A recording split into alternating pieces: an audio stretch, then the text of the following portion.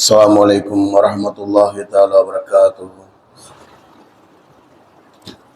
الحمد لله.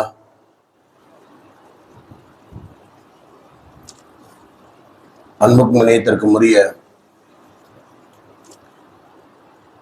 அல்லாஹுவின் நல்லடியார் அருமை சோர்களே,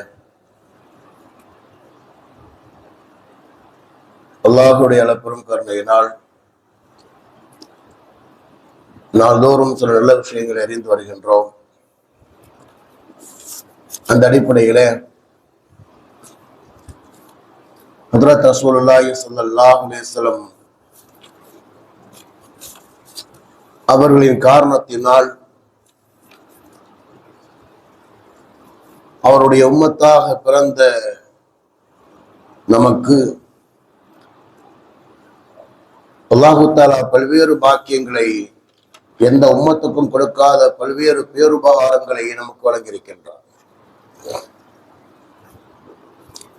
அதில் 5 விஷயங்களை நாம் நேற்றைய தினம் அறிந்திருக்கின்றோம். 6வது செய்தியாக அறிஞர் பெருமக்கள் எழுதுகிறார்கள், அந்நதுமு தௌபத்துன், பெரும் குற்றம் செய்த ஒருவர், இந்த உம்மத்தி முஹம்மதியாவை சார்ந்த ஒரு மனிதர் ஒரு பெரும் குற்றம் செய்து விட்டால் அவர் கவலைப்பட்டாலே அவருடைய பாவங்களை அல்லாஹ் தஆலா மன்னித்து விடுகின்றார். அவர் கவலைப்பட்டு அல்லாஹ்விடத்திலே மன்றாடுகிறார். தௌபாவுக்கு 3 விஷயங்கள் தான் தேவை. முதலாவது, கடந்த காலத்திலே செய்த பாவத்தை நினைத்து கவலைப்படுவது, நிகழ்காலத்திலே அதை செய்யாமல் இருப்பது, வருங்காலத்திலே செய்ய மாட்டேன் என்ற மனதிலே உறுதி எடுப்பது. அதுக்கு பிறகு அவர் தவறு செய்து விட்டார்னு சொன்னாலும் அதுக்கு பிறகு அவர் எல்லாவிடத்திலே மன்றாடுகிற நேரத்தில் எல்லாம் மன்னித்து விடுவார் என்பது வேறு விஷயம். ஆனால் அவர் என்ன செய்யணும் அப்படின்னா, வரக்கூடிய காலத்திலே நான் செய்ய மாட்டேன்னு மன உறுதியோடு இருக்க. ஏன்னு சொன்னால் ஹதீஸ்ல ஒரு செய்தி வருகிறது, பெருமானார் சொல்லுவாங்க, அல் முஸ்தகஃபிர் பில் லிசான் வல் முஸ்ரிரு அலா தம்ப், பாவத்தை செய்து கொண்டே, பாவத்தை நிரந்தரமாக செய்து கொண்டே நாவின் மூலமாக பாவ மன்னிப்பு தேடக்கூடியவர் கல் முஸ்தகசி ரப்பா, தன் அல்லாஹ்வை கேலி செய்வதாக பெருமானார் சொன்னாங்க. அதனால இப்ப நான் தௌபா செய்யற நேரத்திலேயே வந்துட்டு அடுத்து வாய்ப்பு இருந்தா நான் செய்வேன் என்பதாக எண்ணத்தோடு தௌபா செய்தால் அது தௌபா கிடையாது, அது அல்லாஹ்வை ஏமாற்றும். ஆனால் ஒரு மனிதன் என்ன செய்கிறார், தன்னுடைய கடந்த காலத்திலே செய்த தவறை நினைத்து கவலைப்படுகிறார், நிகழ்காலத்திலே செய்யாமல் இருக்கின்றார், தன்னை தற்காத்துக் கொள்கின்றார்.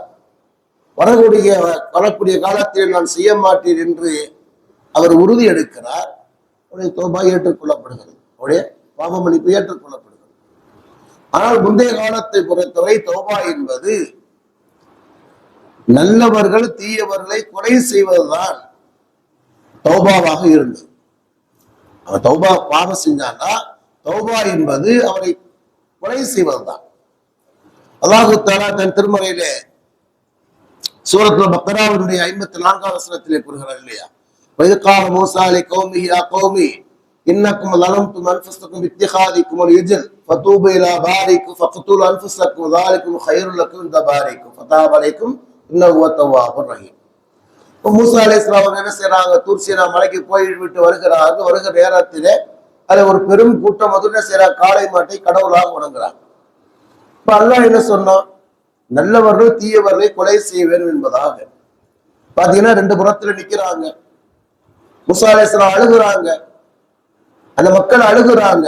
யாரு நல்லவர்கள் அழுகுறாங்க, நாங்க எப்படி எங்களுடைய உறவுகளை கொலை செய்வது?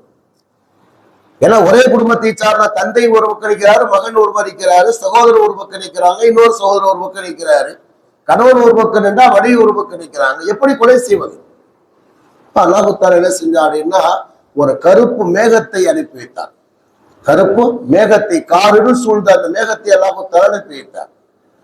இப்ப கொலை செய்யுங்க, காலை முதல் மாலை வரைக்கும் செய்யறாங்க. நல்லவர்கள் தீயவர்களை வெட்டினார்கள்.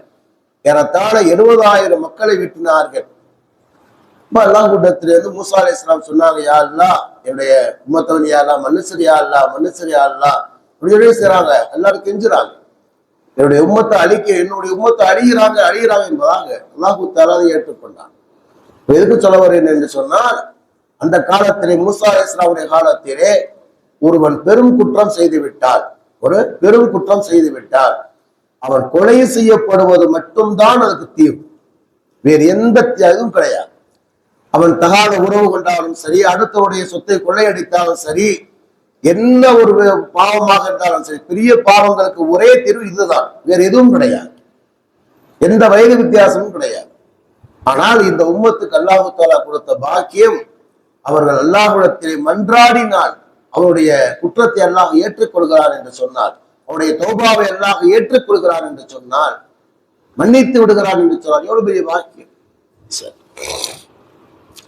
இது 6வது செய்தி. 7வதாக எழுதுகிறார்கள், இன்னல்லாஹ தஜாவஸ அன் உம்மத்தி அல் ஹதஅ வல் நிஸ்யான வமஸ்துக்ரிஹு அலைஹி.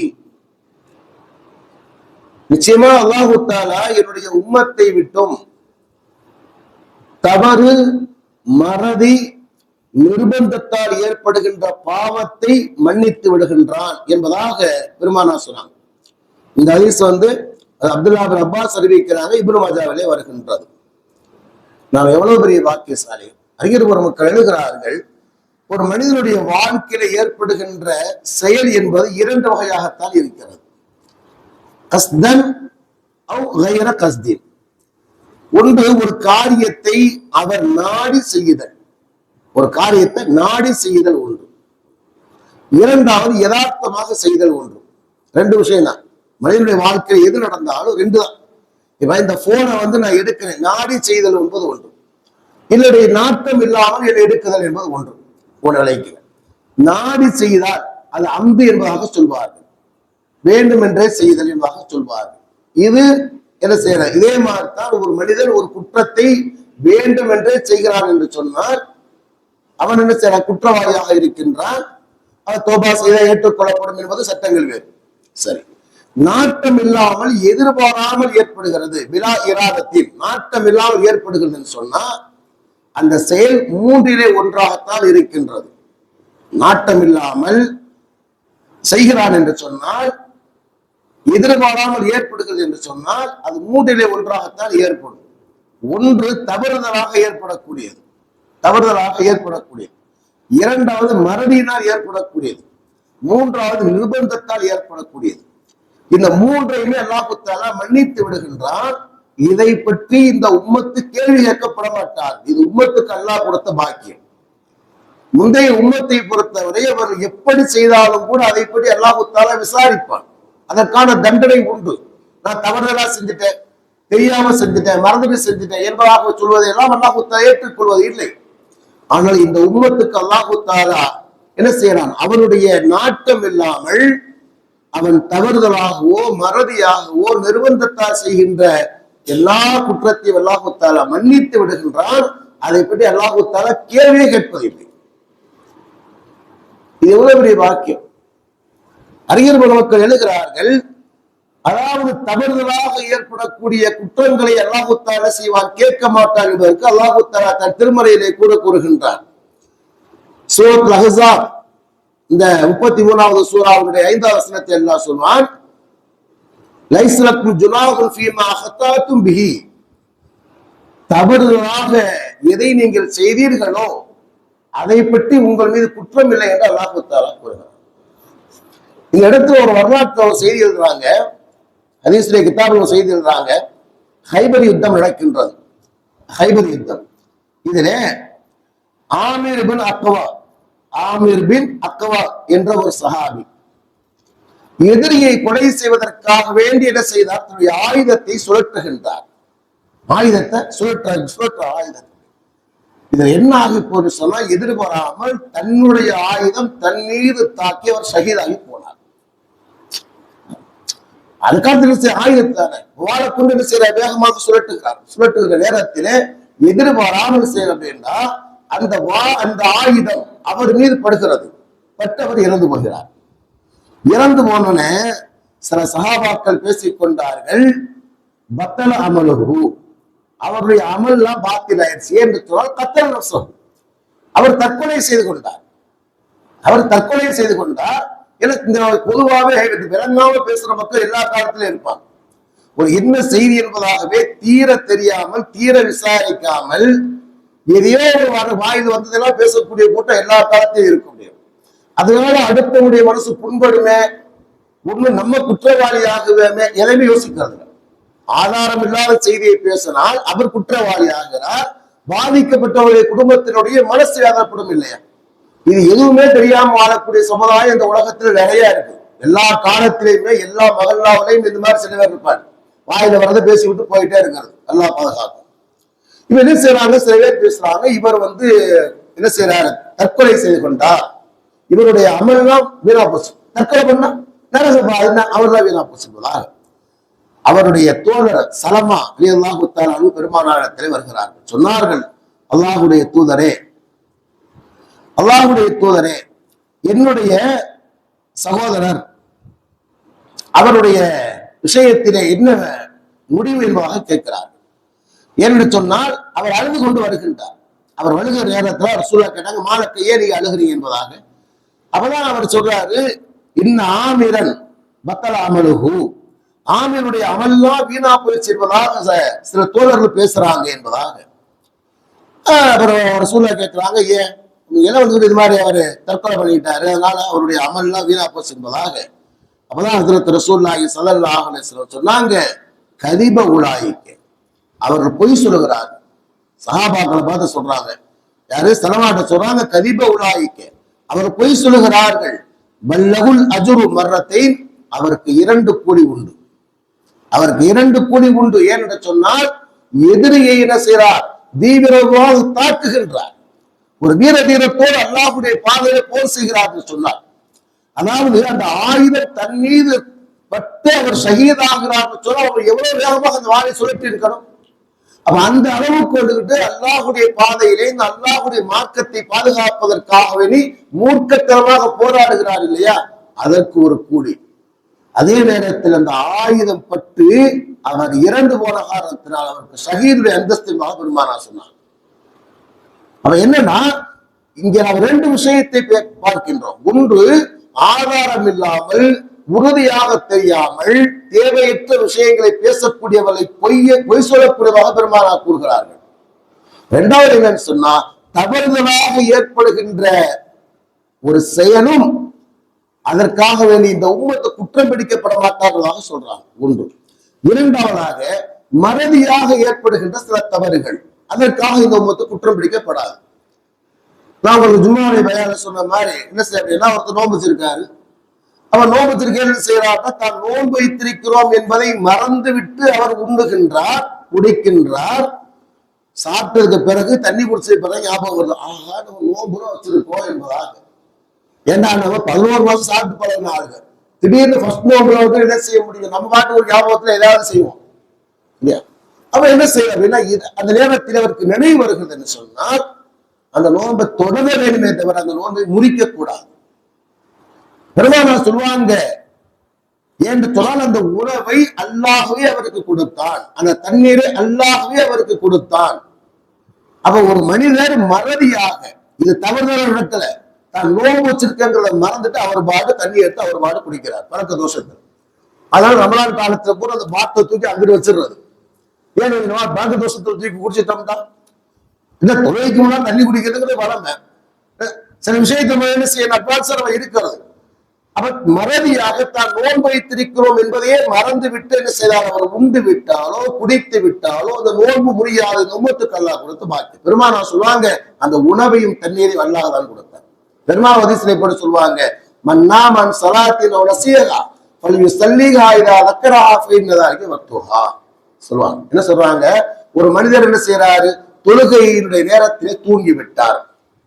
தொழுகை வேண்டுமே தூங்குறது இல்லை, நமக்கு பதிலுக்கு வாங்க சொன்னதே தெரியல, அலாரம் அடிச்சதே தெரியல, அப்படிதான் மார்க்குன்னு சில நேரம் ஏற்படுத்த செய்யும். நம்ம என்னதான் அலாட்டாருனா சில நேரம் அப்படி நடந்து போயிடும். இப்ப இவருக்கு வந்து தொழுகையினுடைய நேரத்திலே இவர் உறங்கி விட்டார், தொழுகையுடைய நினைவே இல்லாமல் உறங்கி விட்டார். அல்ல செய்யல அப்படின்னா அவர் அல்லது வேறு ஏதோ ஒரு வேலையிலே ஈடுபட்டிருந்தால் தொழுகையை மறந்து விட்டார். ரசூலுல்லாஹ் சொன்னாங்க, தூங்கியவர் எப்போது எழுகிறாரோ தொழுது கொள்ள. அது மாதிரி இருந்து எப்போ அவருக்கு நினைவு வருகிறதோ, மறந்தவருக்கு நினைவு வருகிறதோ அவர் தொழுது கொள்ளட்டும். இவர் குற்றவாளி இல்லை எல்லாம் பெருமானா சொல்றாங்க. அவருக்கு அதுதான் நேரம், தொழுகையுடைய நேரமா இருக்கும். அதுக்காக சூரிய உதயம் 6 எந்திரிச்சு உட்கார்ந்துட்டாச்சு சொல்லிட்டாருக்காக துறவக்கூடாது. அவர் எப்போது அவருக்கு உறங்கியவர் எழுகின்றாரோ அல்லது மறந்தவருக்கு நினைவு வருகிறதோ அது தொழுகக்கூடிய நேரமாக தொழுது கொள்ளட்டும். ஏன்னு சொன்னால் இப்ப மறதியினால் ஒரு பாவத்தை செய்கின்றார். பருதை விடுவதும் பாவம். நான் உங்களுக்கு சொல்லிட்டேன், ஏற்கனவே சொல்லிருக்கேன். ஹராமை செய்வது மட்டும் அல்ல, பருதை விடுவதும் கூட பாவம் தான். அப்ப என்ன செய்யறோம் அப்படின்னா, ஒரு பாவம் இவருடைய வாழ்க்கையிலே மறதியாக ஏற்படுகிறது என்றால் அதற்காக அவர் குற்றம் பிடிக்கப்பட மாட்டார். அதே மாதிரி பெருமானார் ஹதீஸ்ல சொல்றாங்க, நிர்பந்தத்தால் ஒரு தவறை செய்கிறார் என்று சொன்னார், ஒரு நிர்பந்தத்தால் ஒரு தவறை செய்கிறார் என்று சொன்னால் அப்போது ஒரே செய்வார், குற்றம் பிடிக்கப்பட மாட்டார் என்பதாக ஹஜ்ரத் ரசூலுல்லாஹி ஸல்லல்லாஹு அலைஹி வஸல்லம் சொன்னார். நிர்பந்தத்தால் என்ன செய்யற குற்றம் செய்யறானா என்ன அப்படின்னா, அறிஞர் பெருமக்கள் எழுதுகிறார்கள். அதாவது அல்லாஹ் தன் திருமலை சொல்வார், இல்லாமல் உக்ரிக கல்புகு முத்துமைன்னும் பில்-ஈமான். அவருடைய உள்ளத்திலே ஈமானை வைத்துக் கொண்டு குஃபரான வார்த்தையை வெளிப்படுத்துகின்றார் நிர்பந்தத்திலே. இதற்காக குற்றம் பிடிக்கப்பட மாட்டார். இந்த ஆயத்தை அல்லாஹ் தஆலா எப்போது இறக்கினார்? பெருமானார் ஸல்லல்லாஹு அலைஹி வஸல்லம் இடத்துல அம்மார் இப்னு யாசிர் வர்றாங்க. அம்மார் இப்னு யாசிர் வர்றாங்க. அல்லாஹ்வுடைய தூதரை எதிரிகள் என்ன செய்தார்கள்? என்னை பிடித்துக் கொண்டார்கள். என்னை பிடிச்சுக்கிட்டாங்க. சொன்னாங்க, நீ குஃபருடைய வார்த்தையை சொன்னாத்தான் விடுவேன் என்பதாக கூறினார்கள். குஃபருடைய வார்த்தை சொன்னாத்தான் விடுவேன் என்பதாக. அந்த நேரத்தில் மனிதனுக்கு பொதுவாக 2 ஆப்ஷன் இருக்கிறது. ஒன்று, உயிரே போனாலும் பரவாயில்லை என்று அந்த குஃபரான வார்த்தையை சொல்லாமல் அவர்களை எதிர்ப்பது. அதனால் அவர் இறந்து போனார் ஷஹீதுடைய அந்தஸ்து என்பது வேறு. ஆனா அதே நேரத்திலே இது நான் போர்க்களத்தை சொல்லவில்லை. என் வார்த்தையை போடுறேன், நான் போயிட்டு இருக்கோம், நான் 5 பேர் 10 பேர் சேர்த்து பிடிச்சுக்கிட்டாங்க, பிடிச்சு வச்சுக்கிறாங்க, காஃபியில பிடிச்சு வச்சுக்கிட்டாங்க, நீ ஜெயிஸ்தீராம் சொல்லு அப்படிங்கிறான். இப்ப இந்த நேரத்திலே ஒரு மனிதனுக்கு, ஒரு மூமினான மனிதனுக்கு 2 ஆப்ஷன் தான். ஒன்று, அவர்களை எதிர்க்குதல், அவரை எதிர்த்து அதற்காக சண்டையிடுதல், அதற்காக அந்த இடத்தில் அவர் ஷஹீதாகி இறந்து போனால் கூட ஷஹீதாகின்றார். இது ஒன்று. இரண்டாவதாக, அந்த நேரத்திலே தன்னுடைய உள்ளத்திலே மனதிலே ஈமானை வைத்துக் கொண்டு குஃபரான வார்த்தையை சொல்வதற்கும் அவருக்கு அனுமதி இருக்கின்றது. சரியா? இப்ப அம்மார் இப்னு யாசிர் பெருமானாரிடத்திலே வருகிறார்கள். வந்தவங்க என்ன சொன்னாங்க, அல்லாஹ்வுடைய தூதரை எதிரிகள் என்னை பிடித்து வைத்துக் கொண்டார்கள், நீ குஃபருடைய வார்த்தையை சொன்னால்தான் விடுவேன்வாக சொன்னார்கள், நான் சொல்லிவிட்டு வந்துவிட்டேன், ஆனா என் மனசுல ஈமான் இருக்கின்றாக அவர் கூறுகின்றார். நான் நிர்பந்தத்தால் நான் சொன்னேன், ஆனால் உள்ளத்துல ஈமான் இருக்கிறது என்பதாக வந்தவர் அல்லாஹ்வுடைய தூதரிடத்தில் அழுகிறார். என்னுடைய நிலை என்ன, நான் இப்படி ஒரு பாவத்தை செய்து விட்டேன்பாக. அப்போதான் அல்லாஹ் தஆலா இந்த ஆயத்தை இறக்கி வைத்தார். அவருடைய உள்ளத்திலே ஈமானை வைத்துக் கொண்டு குஃபரான வார்த்தையை சொன்னால் அவர் காஃபிர் அல்ல, குற்றவாளி அல்ல என்ற வசனத்தை அல்லாஹ் தஆலா இறக்கி வைத்தார். எனக்கு சொல்லுவாருன்னு சொன்னா, இது மாதிரி ஒரு மனிதர் நிர்பந்தத்தால் ஒரு தவறை செய்தாலும் கூட அவன் குற்றவாளியாக மாட்டான். ஒருவன் சரியான தண்ணீர் தாகத்தில் இருக்கிறான், அந்த நேரத்தில் வேறு எங்கேயுமே தண்ணீர் இல்லை, தடை செய்யப்பட்ட ஒரு பொருளால் இருக்கிறது, மது இருக்கிறது என்று சொன்னால் அவன் அதை குடித்துக் கொண்டு உயிரை பாதுகாத்துக் கொள்வதற்கும் அவனுக்கு அனுமதி இருக்கிறது.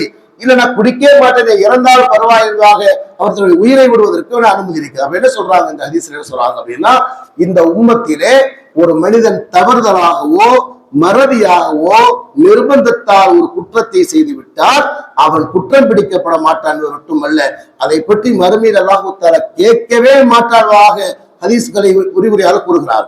அப்படி சொன்னா இந்த உம்மத்துக்கு அல்லாஹ் கொடுத்த பாக்கியம் முந்தைய உம்மத்தினருக்கு இதுக்கெல்லாம் கேள்வி உண்டு என்பதாக எழுதுகிறார்கள். கேட்டதை கிடைக்கிறார்கள். அஸ்ஸலாமு அலைக்கும் வரஹ்மத்துல்லாஹி வபரகாத்துஹு.